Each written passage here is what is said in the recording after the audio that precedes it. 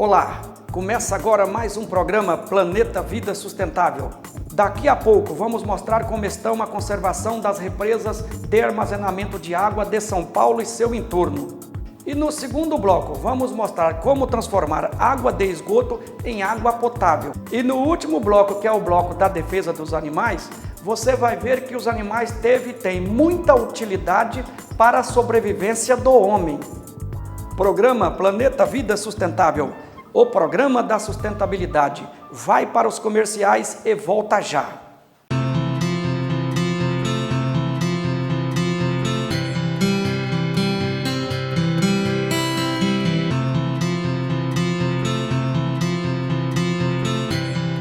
Todos os dias pensamos, imaginamos, tentamos criar.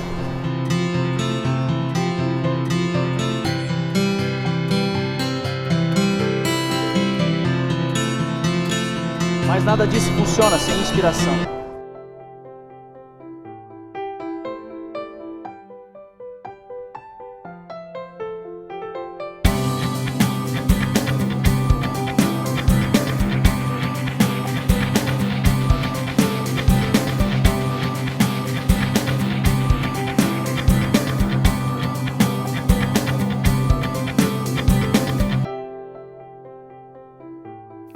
Bará, inspire-se.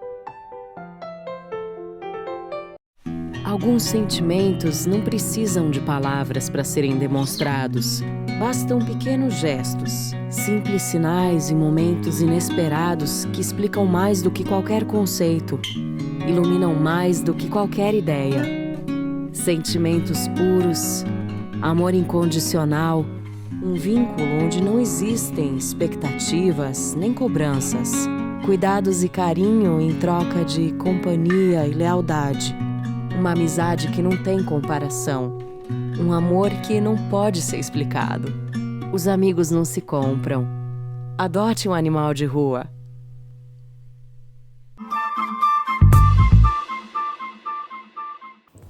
Olá, você vai ver agora como está a conservação das represas de armazenamento de água de São Paulo e seu entorno, os quais são tão necessários para a sobrevivência de milhões e milhões de pessoas. Na tela. O programa Planeta Vida Sustentável mais uma vez vai às ruas, hoje especificamente em uma das maiores represas da cidade de São Paulo. Estamos falando da represa Billings, responsável por abastecer mais de 1 milhão de habitantes na Grande São Paulo. E pelo que vemos, o cenário não é nada favorável nem agradável. A represa Billings é um dos maiores e mais importantes reservatórios de água da região metropolitana de São Paulo. Segundo a Sabesp, foi criada aproximadamente em 1925 pelo então ex-engenheiro Billings da Companhia Light para gerar energia elétrica e movimentar as principais indústrias de São Paulo. Mas não tem sido assim. Essa região que a gente está aqui servia de quintal de casa de muitas pessoas, porque as crianças vinham brincar aqui e vinham famílias pescar. Era daqui que tirava o sustento da família, de famílias inteiras, de peixes, e tinham muitos peixes. São Paulo enfrenta uma das maiores secas dos últimos tempos. Em paralelo, o crescimento desenfreado de empresas e da própria população sem planejamento, a represa Billings sofreu alteração em sua inicial função, necessitando abastecer mais de 1,6 milhões de habitantes. E hoje, possui grandes trechos poluídos e com esgotos domésticos, industriais e metais pesados. O ferrugem, tem muito carro aí, tem muita ferragem, muito carcaça. Muitas pessoas que moram à volta da represa, o esgoto é a represa. Então como é que você vai colocar essa água na Guarapiranga, vai colocar para consumir, né? Você vai colocar esgoto, vamos colocar água de esgoto, ferrugem para as pessoas tomarem? O esgoto deve ser transportado por tubulações, levados a estações de tratamento e depois de tratado devolvido aos cursos de água. Não como tem acontecido, como podemos ver nas imagens. A ponto de a gente ficar com vergonha, às vezes, de chamar uma visita em casa, você não tem muita habilidade para explicar isso para as pessoas, o porquê desse cheiro tão ruim. Essa foi mais uma matéria do programa Planeta Vida Sustentável. Estamos de olho. É com você, Adilson. Vamos para mais um comercial. Brasileiros e brasileiras, orgulhem-se. Juntos, somos a maior organização não governamental do mundo. Nossa sigla é nosso lema, Que se dane. Todo cidadão é automaticamente filiado a QSD. A água do planeta vai acabar? Que se dane. As florestas estão sendo exterminadas? Que se dane. Seus direitos são todos, e seus deveres, nenhum.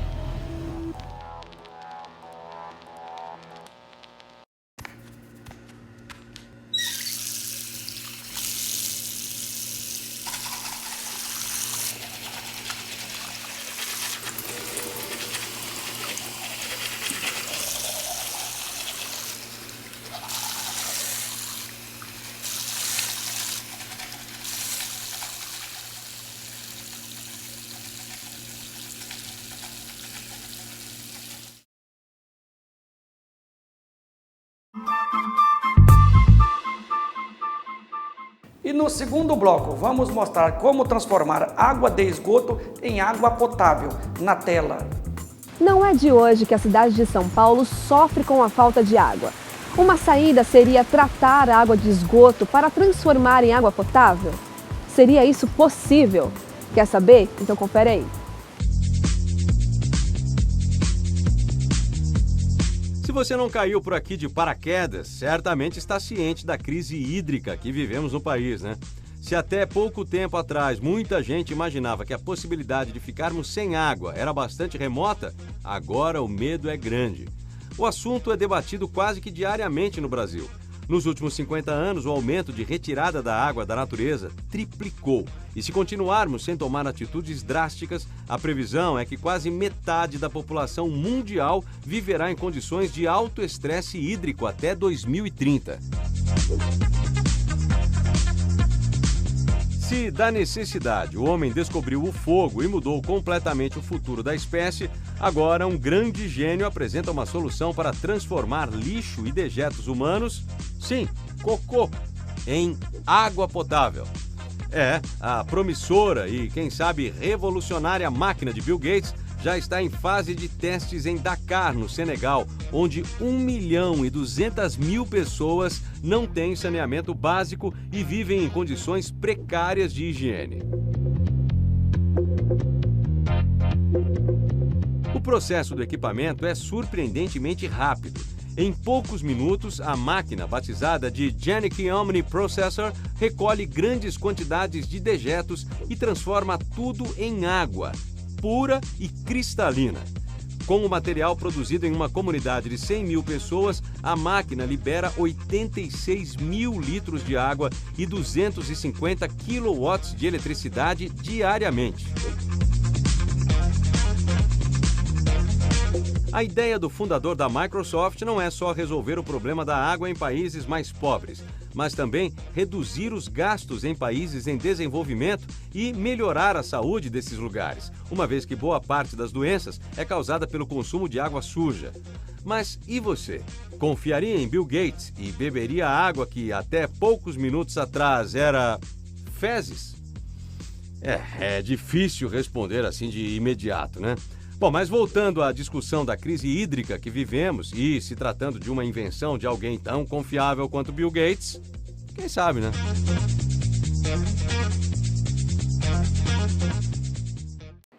Agora veja como funciona a máquina revolucionária de Bill Gates.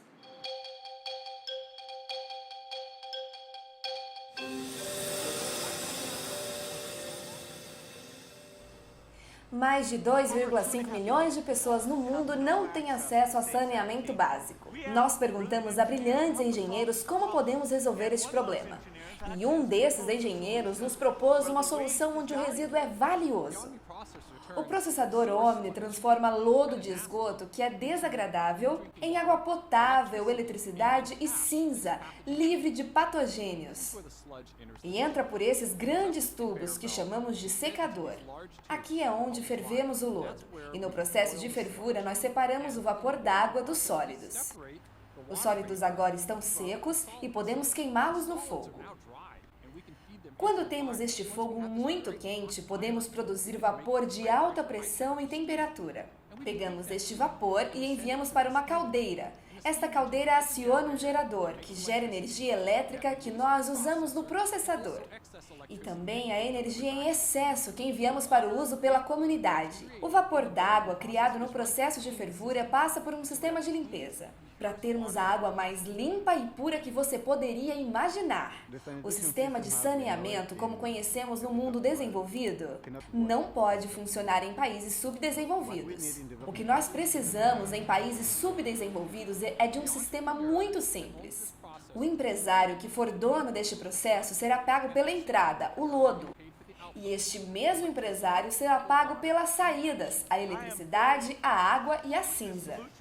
Estou muito impressionado pela solução que vimos aqui. Ela gera energia elétrica e gera água limpa. Isso vai se espalhar para todos os cantos da Terra que precisem. É água.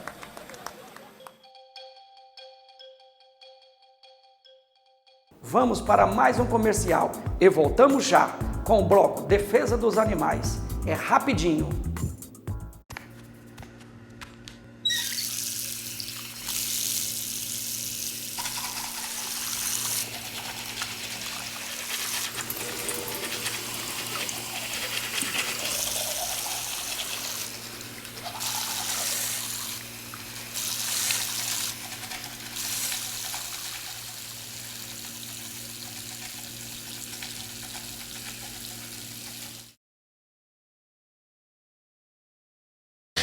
Brasileiros e brasileiras, orgulhem-se.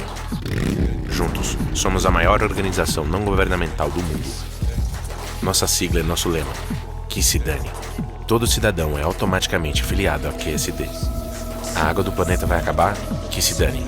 As florestas estão sendo exterminadas? Que se dane. Seus direitos são todos, e seus deveres, nenhum.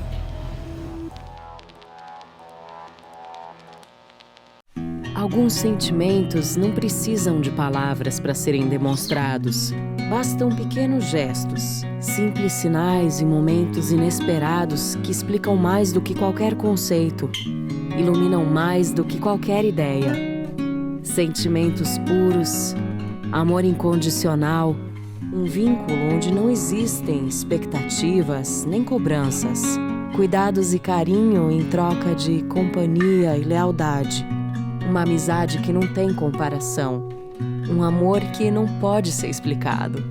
Os amigos não se compram. Adote um animal de rua.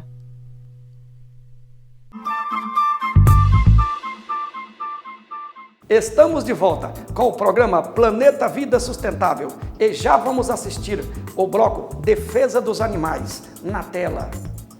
Todos nós sabemos a importância do animal na vida do homem. Porém, existem alguns animais que contribuem de forma direta na sobrevivência do ser humano. Todos os animais são importantes.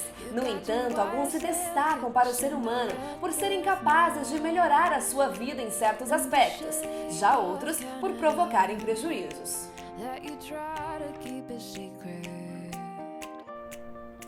Cavalos, por exemplo, são muito utilizados como meios de transporte em áreas rurais. Além disso, ajudam o homem do campo em serviços mais pesados, como puxar carroças e arados. Mas o cavalo também é muito útil na recuperação motora, num tratamento que os especialistas chamam de ecoterapia. A neurologista dela e o ortopedista indicaram a ecoterapia. E aí a gente veio através de Pepita, que é uma das sócias daqui, da ecoterapia do Caxangá. E Lua faz físio e hidro lá na clínica dela. Aí através dela a gente conseguiu chegar aqui. Mas é meio complicado você conseguir uma indicação, porque são poucos os locais que a gente tem aqui na cidade do Recife. Lua melhorou bastante a parte de equilíbrio dela e a parte de abertura de quadril. E fez com que a postura dela também desse uma desenvolvida. E foram esses os benefícios assim, de cara que a gente conseguiu visualizar. Então o cavalo tem texturas diferentes, o cavalo tem uma temperatura, né? O cavalo tem um odor, tem um cheiro característico. Tá? Então, o cavalo é um instrumento que mesmo quando ele está parado, ele nunca está parado, ele está sempre em movimento, então ele é um ser dinâmico, tá? Então ele está parado, mas ele está se sacudindo por causa de uma mosca ou de alguma coisa. Então, o cavalo sempre vai dar estímulo com relação ao movimento, estímulo com relação à textura, estímulo com relação à temperatura. Fora isso, a gente tem todo um ambiente que circula e ajuda em relação ao sensorial. Tem a questão dos solos, que são diferentes. Então, a cada solo, o estímulo que o praticante recebe é diferente, porque a gente faz passeios externos também, a gente não faz só aqui. Então, lá fora a gente colhe pitanga, a gente colhe uma azeitona roxa, a gente vai e pega uma pedrinha para jogar no rio. Então, tudo isso, o ambiente coopera para essa questão de 1000 estímulos que o praticante consegue absorver durante uma sessão de ecoterapia. Então, é a integração de todos esses sentidos que fazem uma terapia com foco sensorial. Outros animais também são usados para a alimentação, como por exemplo os peixes, porcos, bodes, galinhas, bois e vacas. A galinha produz ovos, alimento este que faz parte do cardápio de muitas pessoas todos os dias.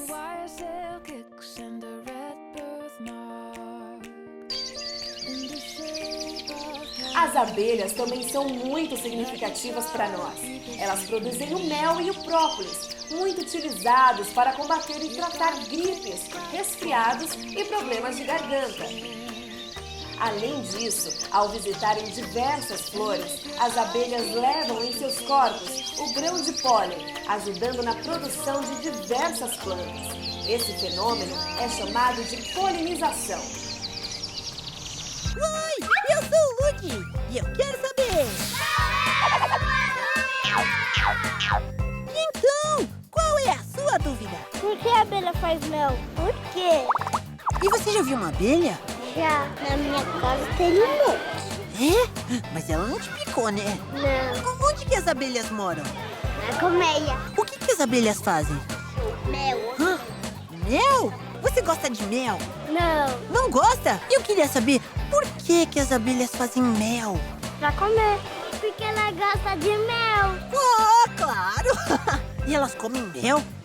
Sim. Mas só mel? Só. Você gosta de comer mel? É? Você sabe como as abelhas fazem mel? Não. Elas pegam o néctar da flor, depois voltam para a colmeia e transformam o néctar em mel.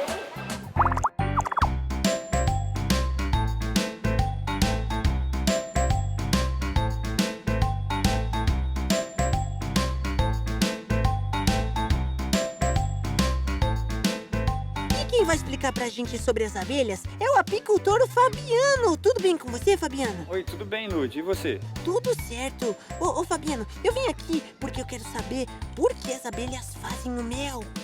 Então, você veio no lugar certo, porque aqui é o apiário, onde se cria as abelhas. Nossa, que legal! O mel que as abelhas produzem vem das flores. E para fazer 1 quilo de mel, as abelhas precisam visitar 5 milhões de flores. Uau! As abelhas campeiras retiram o néctar das plantas e carregam um reservatório dentro da barriga, que a gente chama de papo melífico. É ali que o néctar da flor vai ser transformado em mel. Depois que está transformado em mel, que ela guarda no favo. Mas e para que serve o mel? Bom, Lud, o mel, na verdade, ele serve um pouquinho para alimentar as abelhas, só um pouquinho. O pão das abelhas é o pólen das flores, que ela usa para se alimentar. O mel também ela usa para encher a barriga, fazer atrito, uma esfrega a barriga com a outra, cheia de mel, ela produz 36 graus de calor para esquentar os filhotes. Nossa, que legal! Eu adorei! E o mel também ela transforma em cera para construir o favo, a casa dela é feita de mel. Olha só! E eu achando que elas faziam mel só para comer. Puxa, que legal! Muito obrigado, viu, Fabiano? Você me ensinou muitas coisas novas. Obrigado você. Ah, não por isso. E aí, Ticulicos, dúvida respondida? Obrigado, Lud. Tchau. E esse foi o último bloco do programa Planeta Vida Sustentável. Nos vemos no próximo sábado. Estamos de volta.